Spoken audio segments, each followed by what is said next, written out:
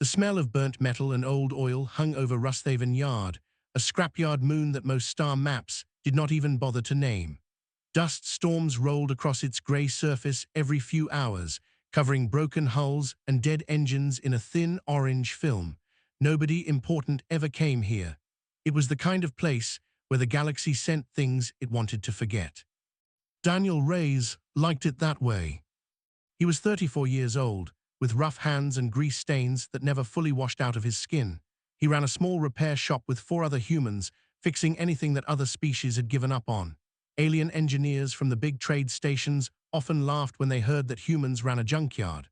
To them, humans were still new to space, still clumsy, still learning. But Daniel did not care what they thought. He cared about the machines nobody else wanted to save. That morning, a heavy transport ship from the Relic Consortium landed outside his shop without warning. Its cargo doors opened with a groan, and 3 alien handlers pushed out something massive on an old repulsor sled. It was easily the size of a small building, covered in dark plating that looked more like skin than metal. Long ridges ran down its sides like ribs. It did not look like any ship Daniel had ever seen. "This is your problem now," one of the Trellick handlers said through a translator box, his voice flat and bored. "Dead weight, no power signature, no response to any activation code. We tried everything for years. Scrap it or keep it, we don't care." Daniel walked slowly around the massive hull, running his fingers along its surface. It was cold, but not machine cold. It felt more like touching the skin of something that was simply asleep. "What is it?" Daniel asked. The handler shrugged. "Old ship, very old. Some people call it a vessel-maker ship. Whole species died out long before we started charting this sector.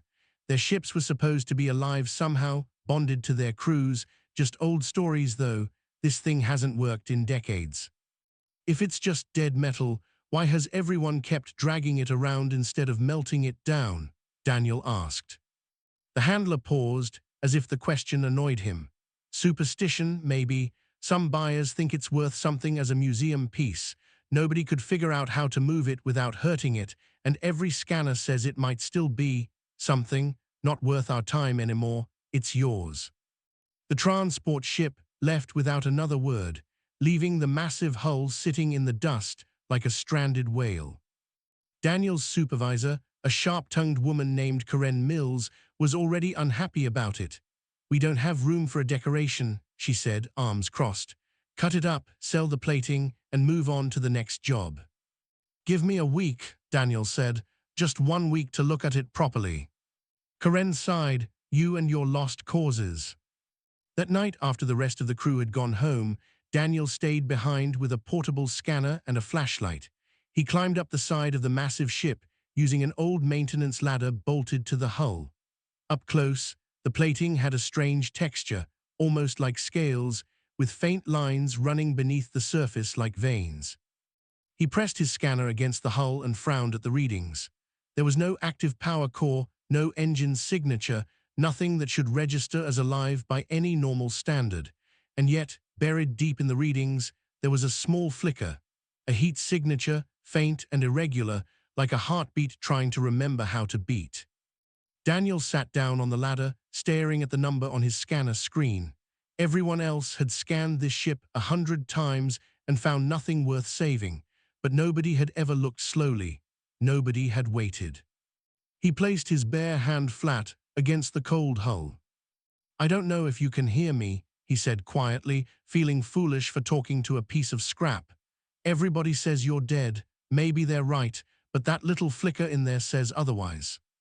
For a long moment, nothing happened. The wind kicked up dust around the yard, and somewhere in the distance, a loose panel rattled against another wrecked hull. Then, faint and slow, Daniel felt something under his palm. A pulse. Weak, uneven, but real, like a heartbeat struggling against a heavy weight. His breath caught in his throat. He had spent 10 years fixing things nobody else believed in, old engines, broken transports, machines that everyone said were beyond saving. He had never felt anything like this before. "Okay," Daniel whispered, more to himself than to the ship. "Okay, let's see what you've got." He climbed down from the hull, grabbed his tools, and sat down at the base of the ship for the rest of the night, running scan after scan, searching for any sign of life buried beneath the dead plating. Karen would be furious in the morning when she saw he hadn't touched any of the actual paying jobs. The rest of the crew would think he had finally lost his mind, wasting time on a ship the entire galaxy had already thrown away.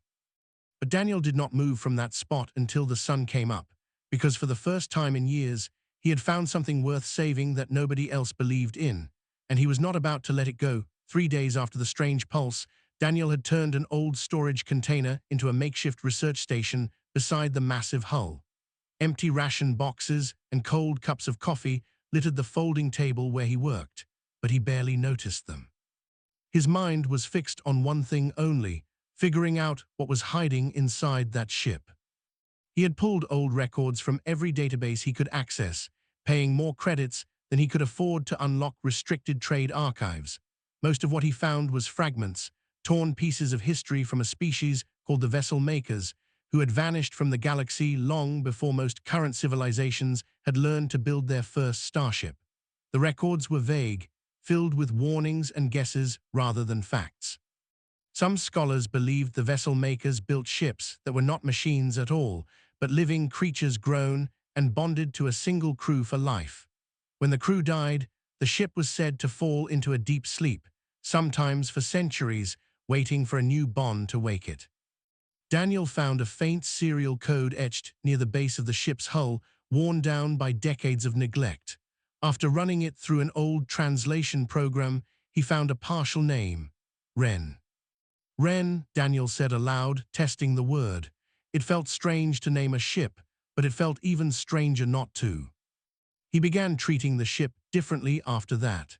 Instead of running heavy diagnostic probes through the hull like every previous owner had done, he switched to gentle handheld scanners, moving slowly across the surface, watching for any small reaction. He noticed something important buried in the old maintenance logs left by past owners. Every single one of them had tried to force the ship awake by pumping raw power directly into its core, drilling new access ports, and rerouting emergency systems without care. Every attempt had failed, and each failure had pushed the faint heat signature deeper into hiding. "They kept hurting you," Daniel muttered, tracing a long, scarred line across the hull where someone had clearly forced an access panel open. "No wonder you shut down." He decided to try something different. Instead of forcing power into Ren's system, he began feeding it in small, careful amounts, the way a doctor might slowly wake a patient from a long coma rather than shocking them awake. He wired a portable generator to a section of hull where his scanner showed the strongest heat signature, then set it to release only a trickle of energy far weaker than any standard startup sequence. For 2 days, nothing changed. Karen came by twice to remind him that the shop had actual paying repairs waiting, and each time Daniel promised he would get to them soon. His crewmates started avoiding the subject entirely, exchanging looks whenever he mentioned the ship. On the third night, sitting alone with his scanner resting against the hull, Daniel noticed the faint pulse growing slightly stronger. It was still weak, still irregular, but it responded now, rising slightly whenever he spoke near the hull and settling when he stayed quiet. "You're listening," he whispered, leaning closer. "You can hear me, can't you?" He began talking to the ship the way he might talk to an injured animal, calm and steady, explaining what he was doing before he did it. He described the small amounts of energy he was feeding in, the patches he planned to apply to damaged sections, the plan to slowly repair rather than force anything. It felt strange at first, talking to metal and scarred plating as if it could understand him, but the longer he did it, the more the pulse beneath his scanner responded. On the 5th night, everything changed. Daniel had fallen asleep against the base of the hull, exhausted from days of little rest. A faint hum woke him sometime after midnight. At first he thought it was the wind, but the sound was too steady, too deliberate. He sat up quickly and grabbed his flashlight, scanning the darkness around him. A single dim light flickered to life somewhere deep inside the ship, visible through a narrow crack near one of the old access panels.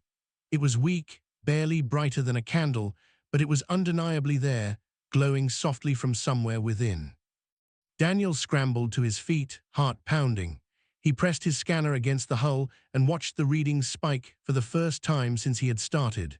The heat signature had grown stronger, more stable, almost like a heartbeat finding its rhythm again after years of silence. "That's it," Daniel said, laughing despite his exhaustion. "That's it, come on, keep going."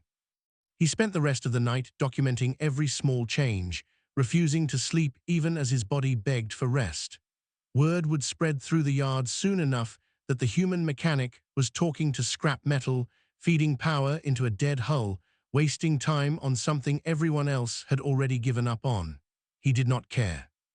For the first time in decades, something inside Ren had woken up, even if only a little, and Daniel had no intention of letting that fragile spark go out again. News traveled fast in small places, and Rusthaven Yard was no exception. Within a week, every trader, scrapper, and passing pilot in the sector had heard some version of the story. A human mechanic was wasting his time trying to revive a dead relic that even the Trellick Consortium had given up on. Most people laughed it off as another strange human habit, the kind of stubbornness that outsiders often found amusing but never took seriously. Daniel ignored the whispers as best he could. He had bigger concerns.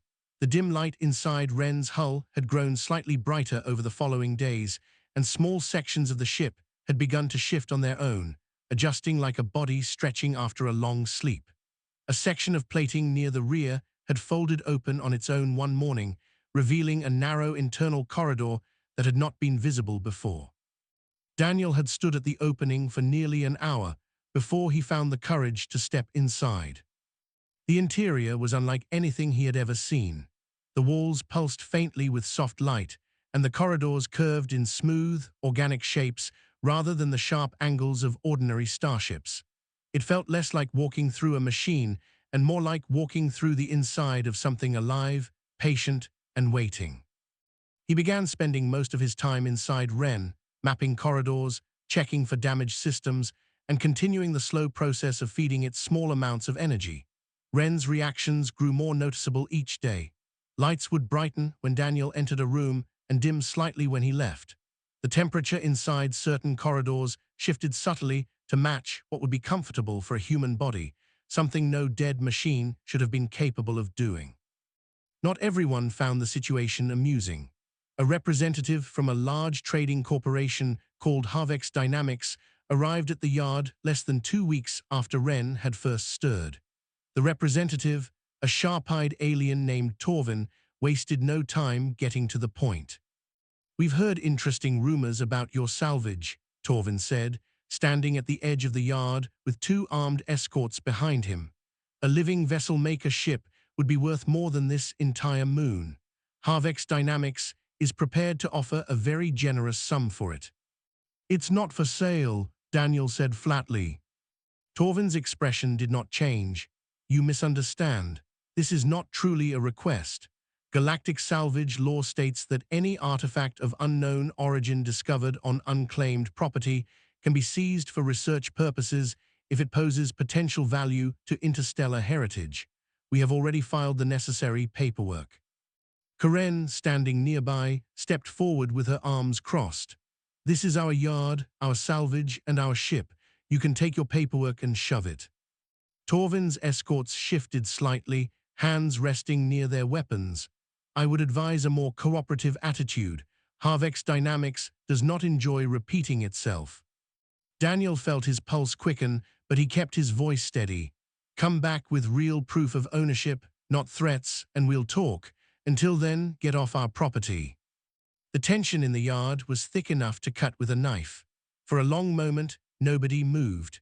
Then Torvin gave a short nod to his escorts, and the group turned to leave, though not before Torvin cast one last look toward the massive hull looming behind Daniel. "This is not finished," Torvin said before walking away. That night, Daniel sat inside one of Ren's inner chambers, running diagnostics by lantern light.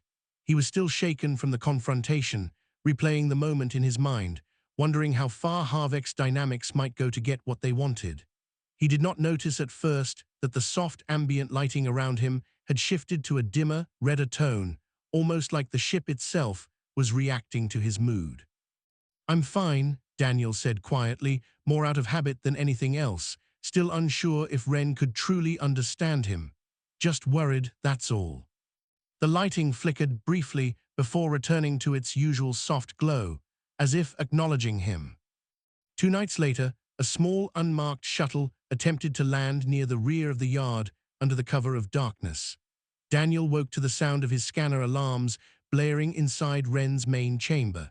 He rushed to a narrow viewport just in time to see 3 armed figures approaching the ship's hull, cutting tools in hand. Before Daniel could even reach the exit, a sudden pulse of energy rippled through the hull beneath his feet. A bright flash lit up the yard outside, followed by shouts and the sound of scrambling footsteps. By the time Daniel made it outside, the intruders were already retreating toward their shuttle, several of them stumbling as sparks crackled harmlessly across their armor. Daniel stared at the ship in stunned silence. The soft light along Ren's hull pulsed steadily, almost like the rhythm of a racing heartbeat calming down after a burst of fear. "You did that," Daniel said slowly, placing his hand against the warm plating. "You protected me." There was no verbal response, only a faint hum vibrating gently beneath his palm, but Daniel understood the message clearly enough. Ren was not just waking up anymore. Ren was becoming aware, and it had just shown, without question, that it was very much alive. After the attack, Daniel stopped sleeping at his own quarters entirely. He moved a cot, a small stove, and most of his tools directly into one of Ren's inner chambers, deciding it was safer to stay close in case Harvek's dynamics tried something again. Karen did not argue this time. The energy burst that had scared off the intruders had been recorded by the yard's outer cameras, and even she could not deny any more that the ship was something far more than dead scrap. With the immediate danger settled for the moment, Daniel returned to the slow work of healing Ren from the inside. He had learned enough from the ship's internal structure to understand that its systems were not purely mechanical. Beneath layers of metal plating, there were organic fibers running like nerves through the ship's frame, many of them damaged or scarred from decades of rough handling by previous owners. Standard repair tools were useless on this kind of damage. Daniel had to improvise, mixing basic medical techniques he barely remembered from a first aid course with mechanical repair methods, grafting synthetic fibers into damaged sections, and hoping the ship's own systems would recognize them and begin the process of healing. It was slow, frustrating work, filled with failed attempts and small setbacks, but little by little, Ren responded. Lights grew steadier, doors that had been frozen shut for years slid open smoothly. The faint hum that once flickered weakly now settled into a steady rhythm, almost like breathing. One evening, while repairing a damaged section near what Daniel assumed was the ship's core, he found a small storage compartment hidden behind a loose panel. Inside were old data crystals, the kind used for storing memories or logs in ancient technology. He carefully connected one to his portable reader, uncertain if it would even function after so many years. The crystal flickered to life, projecting a faint, grainy recording into the air above his reader. It showed a group of figures, humanoid but clearly not human, standing inside what looked like the same chamber Daniel now sat in, only brighter, cleaner, full of life. Their voices were unfamiliar. But the translation program on his reader slowly began converting fragments of their speech into readable text. The recording told a story of a colony under attack, of Ren's crew fighting desperately to defend the people they were sworn to protect, and of a final, catastrophic battle that claimed every one of them. The last fragment showed a single figure, badly injured, resting a hand against the ship's inner wall and whispering something before the recording cut off entirely. Daniel sat in silence for a long time after the recording ended, staring at the empty space where the projection had been. "You didn't fail them," he said quietly, unsure if Ren could even understand the recording the same way he could. "You did everything you could." The lights in the chamber dimmed slightly, and for a long moment, everything went still. Daniel felt an unfamiliar tightness in his chest, a strange mixture of sadness and understanding. He knew what it felt like to lose people you were supposed to protect. Years ago, before Rusthaven Yard, before any of this, Daniel had lost his own family in a mining accident on a colony far from here. He had never talked about it much, not even with Karen, but sitting there in Ren's dim chamber, he found himself speaking anyway. I lost people too, he said softly. My family, back when I was younger, I couldn't save them either. For a long time, I thought that meant something was wrong with me, that I wasn't good enough. Took me a long time to understand that some things just aren't anyone's fault. The hum inside the chamber grew slightly louder, almost as if Ren was listening more closely. Over the following days, something shifted between them. Ren began communicating more directly, first through patterns of light that Daniel slowly learned to interpret, then through simple vibrations that pulsed in rhythm with certain words. Daniel adapted an old vocal synthesizer from spare parts, wiring it carefully into one of Ren's undamaged systems, hoping it might give the ship a more direct way to communicate. It took several failed attempts before the system finally activated properly. Daniel was running a routine diagnostic late one night when a soft, uneven voice suddenly crackled through the chamber's speakers, startling him so badly he nearly dropped his tools. Why, the voice said slowly, testing each word carefully, did you not give up, like the others? Daniel stared at the nearest speaker, his heart pounding. It was the first time Ren had spoken clearly, and the question hit him harder than he expected. Because you didn't deserve to be thrown away, Daniel said honestly. Everyone kept treating you like broken junk instead of trying to understand what actually happened to you. You weren't broken, you were just hurting, and nobody bothered to notice. There was a long pause before Ren spoke again, its voice steadier this time. No one has spoken to me this way in a very long time. Daniel allowed himself a small, tired smile. Well, get used to it. I'm not going anywhere. For the first time since arriving at Rusthaven Yard, the ship's internal lights glowed a warm, steady gold, filling the chamber with a soft light that felt less like a machine coming back online, and more like something alive finally beginning, cautiously, to trust again. Word of a talking ship spread through the sector faster than Daniel could have imagined. What started as rumors about a stubborn human mechanic wasting his time on scrap metal had turned into something far bigger. Scientists, historians, and curious officials from several nearby systems began requesting permission to visit Rusthaven Yard, all hoping to see proof of what many still believed was an impossible myth. A living vessel-maker ship, awake and aware after decades of silence. Daniel was reluctant at first. Ren had spent years being poked, drilled, and treated like an object by people who saw only profit or curiosity. The last thing Daniel wanted was to expose the fragile trust they had built to a crowd of strangers eager to study or exploit it. But Ren, now able to speak clearly through its restored vocal system, surprised him one afternoon by suggesting otherwise. They will keep coming, whether we allow it or not, Ren said, its voice calm but firm. Better they come with permission, under our terms, than force their way in like the ones before. Daniel considered this for a long moment before nodding. All right, but we do this carefully. No one touches you without your say-so, understood. Understood, Ren replied, and Daniel could have sworn there was a hint of amusement in its tone. Over the following days, Daniel and Ren prepared for the visit together, discussing exactly what they were willing to demonstrate and what would remain private.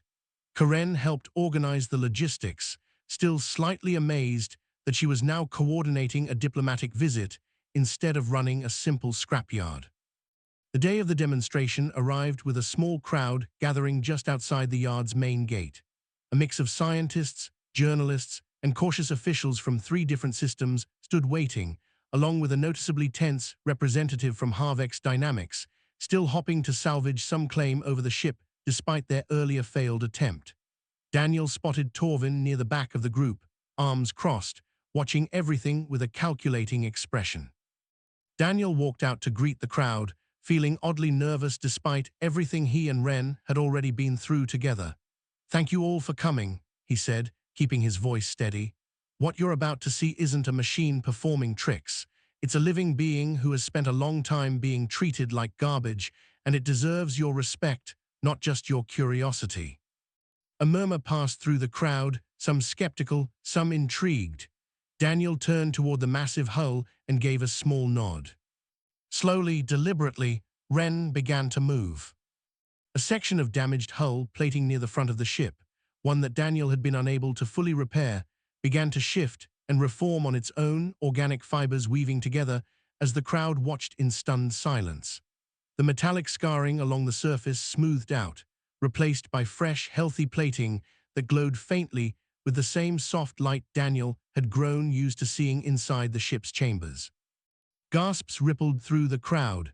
Several scientists rushed forward with scanners, recording every second of the transformation. Then, without any visible engine ignition or thruster flare, Ren lifted gently off the ground, hovering several meters above the yard in complete silence. The movement was smooth and controlled, nothing like the violent, mechanical launches everyone was used to seeing from standard starships. It looked less like flight and more like something simply rising, weightless and calm. "This is impossible," one of the scientists muttered, staring up in disbelief. "There's no active propulsion system, no power core large enough to sustain this." "She doesn't need one," Daniel said, allowing a small note of pride into his voice as he watched Ren hover above them. "Not the way you're thinking about it." After several long moments, Ren lowered itself gently back down, settling into the dust exactly where it had been before. The vocal synthesizer crackled softly, and Ren's voice carried clearly across the stunned crowd. "I am not a myth," Ren said simply. "I am not a machine to be sold, studied without consent, or discarded when convenient. I am alive, and I choose to remain with the one who treated me as such." The silence that followed was heavy, broken only by the soft click of recording devices and the shuffling feet of officials trying to process what they had just witnessed. Torvin stepped forward, his earlier confidence noticeably shaken. HFY Dynamics would still be willing to discuss a generous arrangement, purely for research purposes, of course. Ren's response came without hesitation: "No." The single word carried more weight than any lengthy explanation could have. Torvin opened his mouth to argue further, but the surrounding scientists and officials were already murmuring among themselves, several of them openly criticizing the corporation's earlier attempt to seize the ship by force. Whatever leverage HFY Dynamics had hoped to use was quickly disappearing under the weight of public witness. By the end of the day, official records had been filed recognizing Ren as a sentient being, protected under interstellar sentience laws rather than treated as property or salvage. News of the event spread rapidly across the sector, carried by every journalist who had witnessed the demonstration firsthand. Daniel stood beside Ren's hull that evening, watching the last of the crowd disperse into the fading light. "You did good today," he said quietly. "We did good," Ren corrected gently. "I would still be sleeping in the dark if not for you."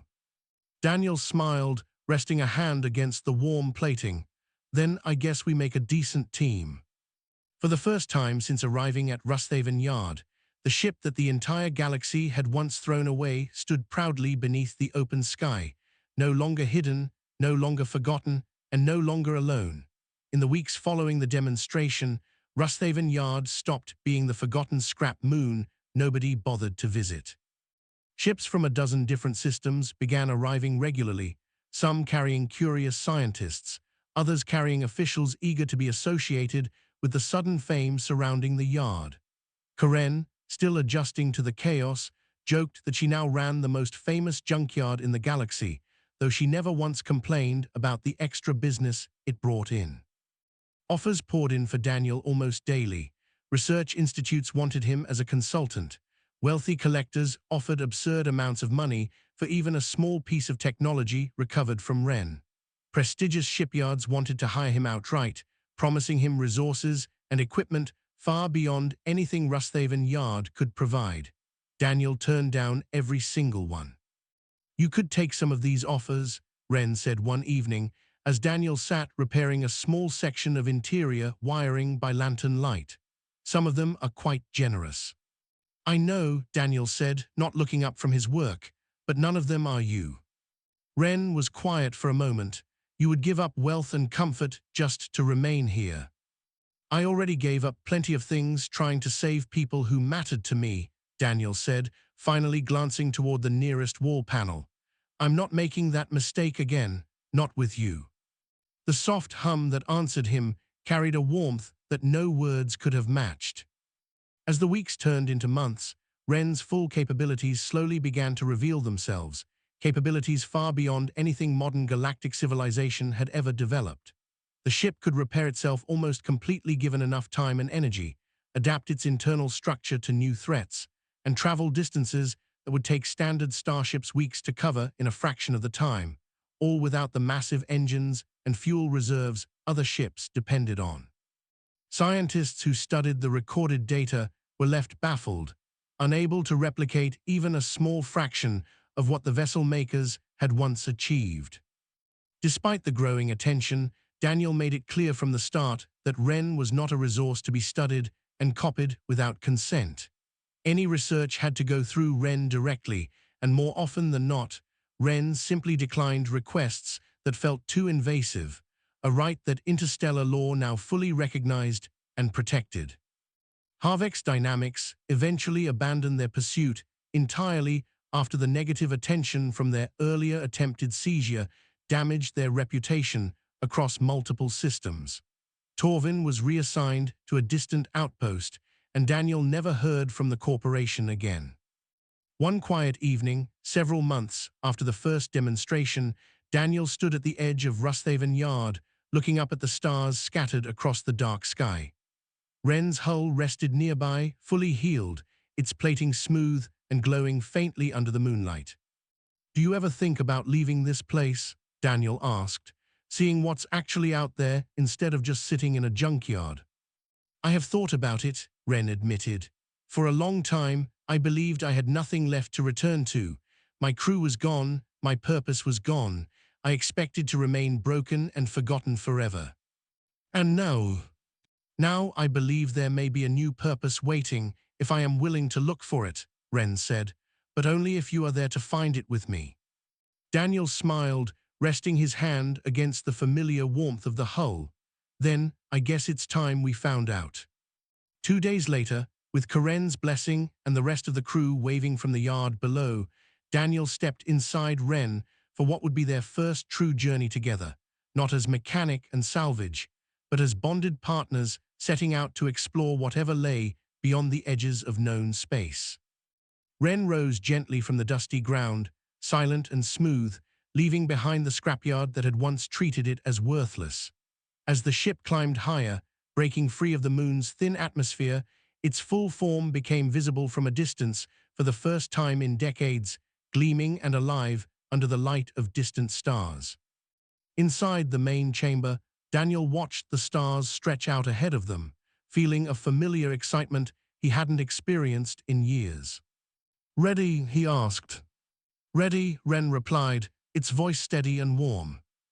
As they moved further from Rusthaven Yard, Ren opened a wide broadcast channel, transmitting a simple message across every frequency within range, meant for anyone still listening who remembered the old stories about the extinct vessel makers and their living ships. "To anyone who once called me the last of my kind," Ren's voice echoed calmly across the stars, "you were wrong. I am not the last. I am simply the first of what comes next." The message faded into the void behind them as Ren accelerated smoothly into open space, carrying both pilot and ship toward whatever adventures awaited beyond the edge of the map. Back at Rusthaven Yard, Karen watched the fading light of Ren's departure with a small, proud smile, already imagining the stories that would eventually make their way back to her scrapyard. Stories of a stubborn human mechanic and the living ship the entire galaxy had once thrown away, now flying free among the stars, no longer forgotten and no longer alone.